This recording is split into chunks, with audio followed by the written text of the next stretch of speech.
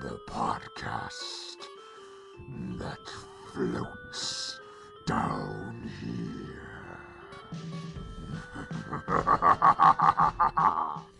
Hello, and welcome to the podcast that floats down here. I'm Ben, and I'll be your host for this episode. I'm joined as always by our Stephen King expert. Hi, Melissa here. And our new reader. Hey, Luke here. And tonight we'll be discussing It, Part 1, The Shadow Before, Chapter number 3, 6 Phone Calls. This chapter is 99 pages long and it is 9.08% of the entire book. Now, just as a heads up, we're going to be doing this chapter a little different since it's so long and there's so much in it. We're going to be doing each section as its own episode. So tonight we'll be discussing Section 1, Stanley Uris Takes a Bath. Luke, take it away. We are introduced to Stanley Uris 3 months after he discovers that his childhood friend Stuttering Bill has become a successful writer. Stanley reads through nearly all of Bill's horror books over the next few months, and on May 28th, 1985, Stanley confuses his wife, Patricia, by doing something out of the ordinary. He takes a bath early in the evening. This incident occurs on the heels of a phone conversation with someone named Mike, who Stanley seems to know, but Patricia does not. While on the phone, Stanley seems to become enraptured with some sort of problem delivered by Mike. Post-phone conversation, a withdrawn Stan heads upstairs to take a bath, while Patty remains downstairs watching Family Feud. We learn much about Stanley and Patty's history, being Jewish, moving to Georgia, and about Stanley's very successful accounting business. Stanley had plenty of confidence and luck about his successes in business, but the couple were unable to have children, no matter how much they wanted to, and tried to. Stanley personally accepted blame for their kidlessness due to some blackness from his past. Patty makes her way to the upstairs bathroom with a beer to comfort her husband, and finds the door locked. After much panicking and irrational thoughts of Stanley coming out of the window to come back for his beer, knowing that no one, not even the turtle, can help her, Patty rushes down to the kitchen to fetch the key for the bathroom door. She unlocks the door and finds her husband's lifeless body in the tub, with his wrists slashed open to the elbow and 2 letters scrawled in the wall in blood, spelling IT! I really want to say, before we talk about Stanley specifically, I love the Losers Club, and I forgot that we were introduced to them first as grown-ups, which, let me just point out that they're my age. Like, they're 38 like I am now. So, and that's going to be my overall, like, lens for watching this, is that your that prelude, me the prelude right of now this with my whole life, chapter. getting this phone call about a promise that I made when I was 11. Exactly. Oh, yeah. No, I A little can crazy, but only it's bad. imagine. You know, it's to me, my first note on this and the overall chapter is it's weird how much I can relate to certain aspects of almost each loser, you know, or parts just based off of this. And it's written well to where, you know, everybody can find something in one of them or another that they can relate to. I just, you know, reading through, I'm like, well, okay, there's that one from him, that one from him, that one from him, where it's kind of like, okay, it's a little weird, but it's a great reintroduction, like you said. Well, and the first time I read this, I was maybe 19. I was, and I may have, we talked about this earlier, like I was only 7 or 8 years older than the kids. Yeah. So I could more easily relate to them. And now, like, I'm the age they are as adults. So already my lens has shifted since the last time I read this, that, like, man, that could be my life. No, exactly. You know? Yeah. There are definitely parallels. All right, so let's jump into Stanley. So this is me ranting a little bit about Stephen King. You know I love him. But you can't just introduce us to Stan, okay? It can't just be, oh, here's Stanley. He's a person. No, you have to, up front, in the very first line of the chapter, tell us something is wrong. The very first line says, Patricia Uris later told her mother that she should have known something was wrong. She should have known it, she said, because Stanley never took baths in the early evening. So you know something's going to go wrong. Then, after you have that ominous thing in your head, then you get us to really know and like Stan. He's a great guy. Then you kill him. Thank you. That's twice that we've had that. Actually, 3 times. Right. That's 3 times in a row. Well, in chapter 2, I mean, that guy was really likable. We were sympathetic with him. I didn't think there was a whole lot to really care about, though. True. I mean, Yeah, I thought he was the good character. guy, Yeah. but he wasn't. I don't know. I guess it's Because been a little while since the main I've. character was more Don than Adrian. Right. True. Right. Yeah, that's true. So that's what throws me off on it. But I agree that it is the third chapter in a row. Hey, let's pull the rug out from underneath you. And that kind of goes into... Hopefully it's not every single chapter and section. Yeah, and that kind of goes into my first note, the nod to the reader about Patty reading a horror book and having to put it down after only 3 chapters because a monster was chasing and killing little children. It's like, okay, that's pretty good, Steve. Maybe you're telling me I should put this book down. Let's talk about that horror book, which Yeah, is all one yeah. word in Which- italics. yeah. Horror book. Horror Yeah, book. which she qualifies as pornography, even though she would never say that word. I Yes. thought that was kind of funny. And did you recognize the author of said horror book? Well, it was Bill Denbrough, right? My Layla. I'm curious if Stan remembered who Bill really was, or if he just knew the name as like, oh, a kid I grew up with. Yeah, I think it was probably along those lines. It was, hey, this is somebody I knew, I was friends with, but I don't think about him at all. I got the feeling that he recognized who it was and was interested. I think they say something specifically where he was friends with him back in the day. Oh yeah, Realized Stan who it remembered was. he remembered he was friends with Bill. He just didn't he didn't remember everything. So the way it reads, it says, about 3 months before that terrible night, Stanley had discovered that a childhood friend from his had turned out to be a writer. Not a real writer, Patricia told her mother, but a true novelist. The name on the books was William Denbrough, but Stanley had sometimes called him Stuttering Bill. So, he knows him as Stuttering Bill. He's not surprised by hearing this. He remembers him as Stuttering Bill, not just that's a fact, that's a name that I know. No, true, and I think you are right with that, because I do think that Stan had more of an inclination of the memories than what we'll see later on. So I do see what you're saying. He, it may have sparked some thought prior to the phone call coming in. I've always wanted to know what Stan thinks Yeah. in that moment. He's the only loser that we don't get their perspective. I miss getting to know Stan. Mm-hmm. I like learning about him from his wife's perspective.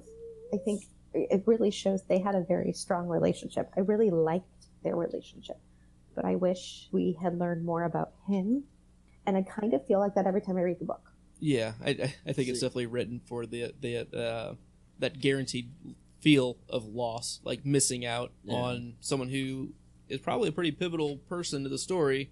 At least one of the top 7 important characters in the book, and you get basically nothing outside of facts and his own history with his wife and things like that. You get more of her background than anything, which moving forward feels like that's not going to be useful for anything. Yeah. That's my gut feeling. No, and I definitely do agree with that. I'm of the opinion personally, after this chapter, Stan was a character I never cared about, because we're introduced to him, and then even in the later chapters, I know where your story ends. That's exactly how I felt about him, and then I feel guilty about it. So there's the Catholic guilt for you. I would feel guilty about not caring. Almost as Not bad as the caring about Jewish the Jew. Jew. Yeah, almost as But bad as and for as good as Stephen King is, I mean, think about Luke. Think back to chapter 1 about how you were invested in Georgie, Yeah. right? And even chapter 2, where we met, God, a gajillion people, but you were so invested in the town. Yeah, definitely. I feel like this almost does the opposite. It makes us uninvested in Stan. As a first-time reader, I don't know if I agree with all of that, because, to me, he's just as relevant as all the other characters that I've met till this point. Let me restate. When I'm not reading it chapter by chapter and thinking in depth, if I'm just rusting through Stephen King, which is really like my favorite way to read King, is just in the middle of the night. If any book is a book that you don't want to stop and go to sleep, you have to read to the end. Stephen King in general. But when you're doing that, Stan becomes inconsequential. I feel like I'm finally giving him the time he probably deserved all along. Gotcha. I do think that his character was developed decently. Like, we get a lot of who he was. He did care about his wife, and they got along really well, and he had, like, this, sure shot confidence that really came through, and a lot of luck along with that, and became really successful. And it was really interesting on how that all kind of played out. Yeah, I know. I just thought their relationship was interesting. I'm going to jump right on your, the luck with the money thing. Dan's line about making a deal with the devil. Oh, God. That's exactly what it feels like. Like something happened that he thinks that all the good fortune is because of this, which I think comes across as him telling his wife as a joke. But I think that subconscious piece is no, that must be what I really did. Except for one thing, which I also found interesting. Yeah, and that's where I was going to go into on my next one, because I can relate to their struggle on that, where everything, you get married young, find the right person, do all that, and everything's going good and great and grand, except for this one thing that's missing. And you play in your head over and over again, what did I do wrong? Where did I go wrong? How, why is this not happening, and why is this not working? And then going back to that line of, well, I made a deal with the devil, so I get everything I wanted except for this one thing. But then you realize, well, maybe it's not quite everything I need. I know, and I think Patricia and Stan in particular were the one sort of stable relationship that should have had kids. Yeah. And didn't get to. Moving forward, Patricia goes to check on her husband and realizes the door's locked and everything. And then she's playing everything over in her head, and let's take no offense to this. That is definitely a woman's thought process of when shit's gone wrong. There's the intuition. It's the intuition that kicks in, but it's every single possibility of stuff that's gone wrong or that could be going on is going through your head at 1,000 miles a minute, and she doesn't even realize that she walked back downstairs. I'm just laughing at you because that I will not take offense to that, because what listeners don't know is as we're recording this, I was waiting for my daughter to get home, and I'm walking to the door. Is she home yet? Is she home yet? She's not home yet. When will she be home? How much longer until I can start worrying? So no offense taken. I absolutely 100% agree with you, and I relate to that on a daily basis. And I will say, let's really appreciate King's skill. Yes, because he's a dude. Right. Writing like a chick. I've already noticed. Really good job. In these first 3 chapters, he understands characters. Like, he definitely gets emotions and people and how people react when they're irrational, when they're rational. Like, he's gone through I haven't read that much, and I'm already it's very, very well developed. All of these characters doing realistic things. Yeah. Somebody that would do this. You know somebody that would do what Georgie did. You would know somebody that would do something that. Do you know any other authors who can create that vast cast of characters who can then intersperse them so quickly? Yes. So quickly. No, and back and forth and back and forth and back and forth, and have them each be so ridiculously different. Yeah. And I know exactly what you're saying, and what I was going to bring up is King and another favorite, Gurm. Yeah, they have a great quote. I've heard them both say similar versions of this. When people say, you write for women so well. He's like, well, women are people. I know how to write for people. And I've heard both of them kind of make... they've done a bunch of interviews together, too. They have. So, that's why they're 2 of my favorite authors. Here's the only reason I'm going to give King an edge over George R.R. Martin. George R.R. Martin has a cast of thousands in one story. Yes. Granted, the story is huge and takes up, 5,000 pages or something like that, but it's one story. King does this over 30 books, 50 books. Oh, no, I absolutely get it. Has its own huge cast of characters that are all different from the last book and the last book and the last book until you get to Randall Flagg, but that's a whole other book. And here's the thing, King can actually finish a series. Also true. So love you, Gurm, but just saying. It did take a near-death experience. Fair enough. But all right. But yeah, going back to my point really quick was, the shock she was going through, that she doesn't even remember picking up the phone and dialing 911. Right, until the operator picks up and says, hey, how can I help you? And she's like, click. So I have 2 thoughts for that. One was that her thought was, because throughout her recap of life with Stan, he would talk sometimes he'd have those weird moments of the turtle. Mm-hmm. But in that moment, in her crazy thing, was her thinking, I would call the turtle, but the turtle can't help us. Yeah, no, that's something that stuck out to me. I can't even ask the turtle, which I don't know what that means, but it stuck out to me because we've heard about this turtle thing. Because it's so weird, pretty right? often. The turtle showed up in chapter 1 with Georgie and the turtle wax. So we have that, and now this woman who is in no way related to the story other than she married in is thinking about the turtle. So that was my first thought. Well, because Stan did mention it once to her. And that's why I thought it was really weird. Yeah, I got the feel that she doesn't know any of his backstory, really, No. similar to what we Because see he later doesn't on. know it. Yeah, Right, exactly. Well, he knows from college. Like, she knows from college, and that's about right. it. And yeah, I was like, so what the hell is this turtle? Like, I don't, like, it threw me off even more. It was like, Good. which is, you know, I'm not going to dig too deep into it because I can't. I find it very intriguing going forward. And then that whole ending scene, Yeah. the detail of her screams were too big to come out. And the detail of showing the brand of razors and explaining exactly how he cut his arms. I don't want to use the word wrists because it wasn't just his wrists. It was his wrists and Yeah. both arms all the way down. It's described as, you know, cutting his forearms from wrist to crook of his elbow, Well, and then and then teeing it off along the And even the detail of how his arm floated in the water. It was horrible, and it was gut-wrenching, and it was disturbing, and it was perfect. Yes. And he also goes through describing how she sees the tendons hanging out of his arm and everything, which I forget what his simile is, but it was like something pretty gross sounding. My final thought on the chapter or this section of it goes to credit to the miniseries, because I still remember watching as a kid. You go through the whole Georgie scene, and then we cut to 1980 or 1990 in the miniseries, whatever, but 1985. Go through Patty sitting there watching Family Feud or whatever, and she comes up with the beer, and there's Stan just floating in the bathtub, and you look up, and it just written in blood on the wall, and it cuts to commercial. Because again, it was a miniseries, so it cuts to commercial, and it's like, holy shit, you know, it's one of those of, okay, damn. I agree. If you're going to kill yourself, not that you should, but if you're going to kill Highly yourself, recommend not to. right? Like this is in no way a promotion. Yeah.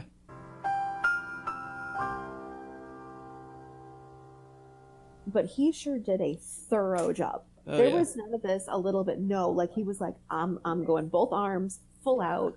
Let's drain it because I am not dealing with this. Yeah, that was a no doubter option for sure. Yeah. You're There not, was you no can't salvage surviving that. Yeah, there's only kind of one or two other options that go beyond that, but So I'll say when she walks in and sees him in there, the very first time I read it, I was very confused, and my mind went a completely different direction with the way that I read it, because the line where it says, I'll just read it. The bathroom was lit by fluorescent tubes. It was very bright. There were no shadows. You could see everything, whether you wanted to or not. The water in the tub was bright pink. Stanley lay with his back propped against the rear of the tub. His head had rolled back so far that strands of his short black hair brushed the skin between his shoulder blades. If his staring eyes had still been capable of seeing, she would have looked upside down to him. His mouth hung open like a sprung door. That right there is where I thought, well, something like ripped his head apart. Like, that was what threw me off. Like, the way it showed his head pulled back, and like the way it says, you know, his mouth was sprung open. It was almost like someone grabbed him by the jaw and just completely alligatored his mouth open. Is Gotcha. what I read that as the first time. So like as I'm going through in the audiobook listening to this, I'm almost like picturing that with that line, and I think I actually missed he had cut his wrists or his forearms open. So I was like, what in the hell just happened? Like, you can't do that to yourself. That's impossible. Which then brought me back to like something with the water in the tub and Pennywise being involved somehow and just completely shredding his head open. That's where my mind was with the first time that I read it. I mean, let's think about it. Pennywise killed somebody in the first chapter. Right? Using water. Water involved. Pennywise killed somebody in the second chapter using Water involved. Right. It absolutely makes sense for that. Right. And just the way it reads, because it did make me miss the razor blade reference, because I was like just creating that image in my head of his head laying back on the back of the, kind of over the side of the tub, and just like this total massacre of his jawbone and neck and all of that. So I will say, like, going back and reading it 3 or 4 times now, because I had to do the executive summary, which was a mammoth. But You're welcome. Yeah, right. No, I'll say thank you. Yeah. That I didn't have to do that one. yeah, so like I finally was like, oh, well that's a little tamer, I guess. Makes a little more sense for what we learn has happened at least. At least it doesn't throw any weird monkey wrenches into my already confused mind about what Pennywise is. So I'll just leave it at that, but I thought that was pretty funny.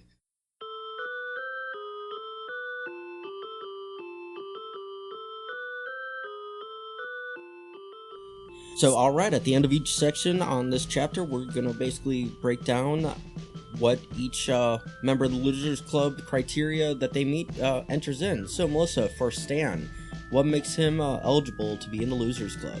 Well, for Stan and really his wife, it's really that feeling of being excluded because of their faith, the I'm Jewish and therefore I don't belong thing really seems to stand out as what makes them an official member of the Derry Losers Club. All right, I think that will do it for this section. We will be covering Section 2. Richie Tozer takes the powder. Stay imaginary.